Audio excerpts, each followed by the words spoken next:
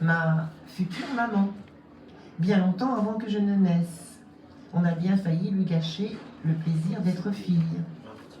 Et donc là, je passe, parce que c'est ce que je vous racontais tout à l'heure à propos de Fanon.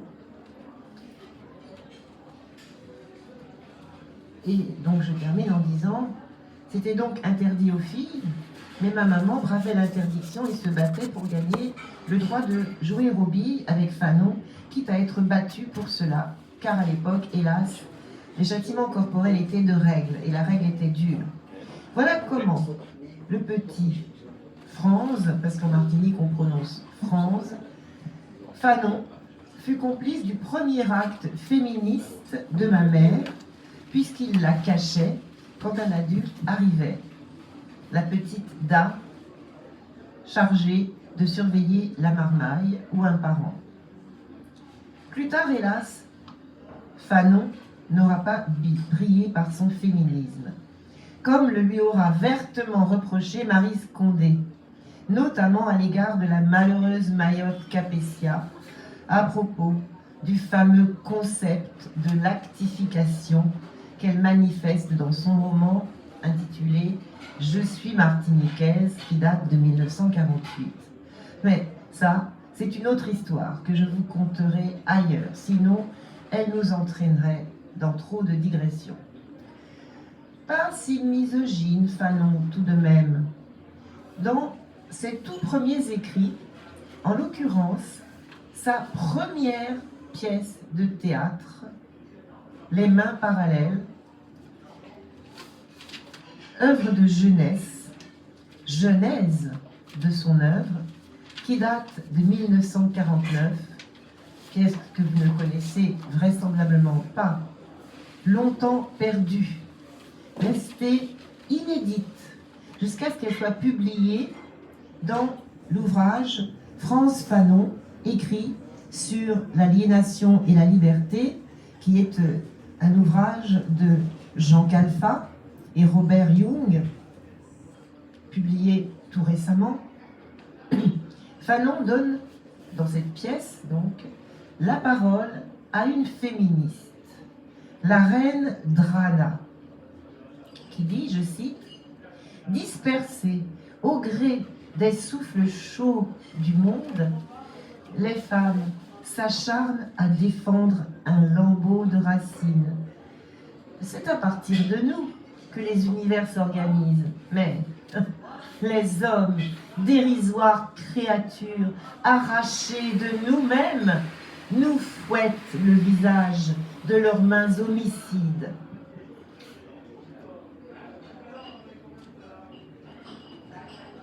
Féminicide, dirait-on aujourd'hui.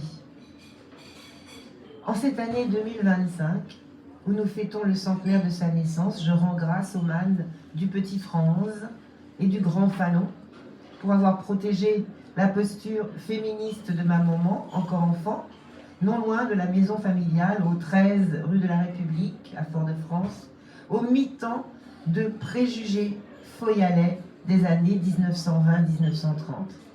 Posture, vraiment, paradoxalement, posture de femme douboute, de femme debout, mais accroupie, accroupe-t-on, telle une marchande, ses deux quartiers de cuisse écartés, en jouant des billes, en jouant aux billes avec les garçons.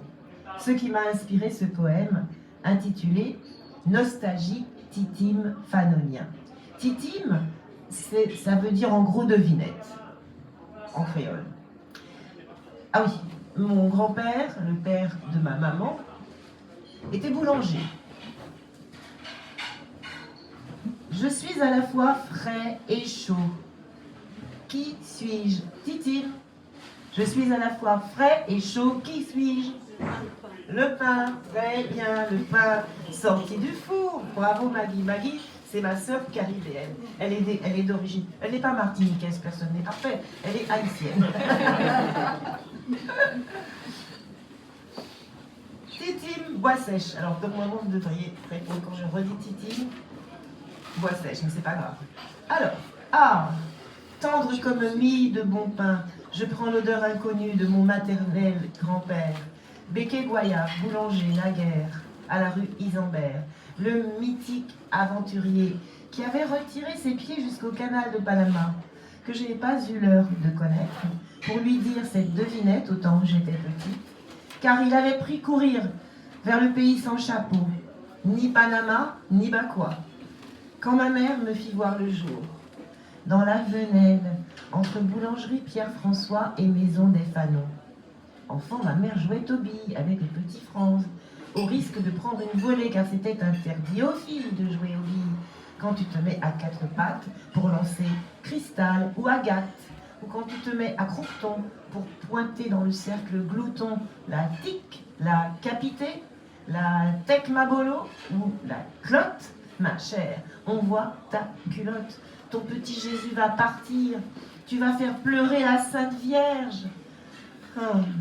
En instinctive féminitude avant la lettre, bravant interdits et tabous, et tout ce galimatia magico-religieux dont la marmaille n'avait que faire, mon héroïque future mère avait un allié de taille en la personne de petite taille alors, du futur grand révolutionnaire qui, en une stratégie guerrière, déjà, faisait le guet pour que ces fouillayas de servantes ne voient pas la scandaleuse petite mulâtresse effrontée en flagrant délit de jeu de billes avec les garçons et n'aille pas dénoncer l'outrance de ce dévergondage à nul autre pareil aux grandes oreilles des grandes personnes. Donc, ça avait bien débuté avec Fanon, petit garçon féministe avant la lettre, ou du moins avant la mode, qui sut protéger ma future maman de la violence des châtiments corporels et de la domination patriarcale. Mais ça a failli mal tourner dès ma naissance, à cause d'un individu rongé de préjugés qui a bien failli me gâcher le plaisir de naître fille, d'être une fille. Un jeune médecin dans ma Martinique natale qui refuse d'être mon parrain. Puisque je suis née fille et que soi-disant cela porte malheur de porter sur les fonds baptismaux pour la première fois une fille. Et cela n'a jamais cessé avec les colibets graveleux qu'une femme risque d'entendre en tirant la langue pour déguster les sorbets de l'enfance et nicher les bords de son cornet de sorbet coco. Il y en a qui font toute espèce de remarques. Il y a toujours des gens pour vous gâcher le plaisir. Dixit Salinger dans l'attrape-cœur. Il y a mille et une petites ou grandes violences de la vie de tous les jours, parfois d'apparence anodine, qui pourraient gâcher le plaisir d'être femme. Et je ne vais pas vous imposer trop de lecture. Voilà. Donc, je passe quelques passages parce que sinon, en tout cas, nous ne sommes pas dupes. Néanmoins, nous pourrions paraphraser Aristophane en tambourinant à tue-tête. Quand la guerre sera l'affaire des femmes, elle s'appellera la paix. Jouer les post-coloniales et post-modernes Lysistrata. En grec, Lysistrata signifie celle qui délie l'armée et délier nos langues en faveur de la paix. Ça dure depuis la nuit des temps. Pourquoi voudrait-on nous gâcher le plaisir d'être femme ? C'est parce que nous sommes les seuls qui mettions au monde des hommes. Dixit Gorgo, la Spartiate, au VIe siècle avant Jésus-Christ, ayant été interrogée par une femme d'Attique. Pourquoi êtes-vous les seuls, vous autres laconiennes, qui commandiez aux hommes? Tel serait aussi le dialogue entre un émissaire perse et la reine spartiate, cette même Gorgo. Pourquoi cette femme se permet-elle de parler parmi des hommes? Elle répondit, parce que seules les femmes de Sparte mettent au monde des hommes vaillants. Et cela ne date pas d'hier. Les hommes commencent par exploiter le corps des femmes pendant 9 mois dans leur ventre, puis continuent à exploiter le corps des femmes en tétant leur lait, et ça continue encore et encore. C'est le b.a.-ba de la vie. Paradoxalement, ils assoient leur domination sur leur vulnérabilité.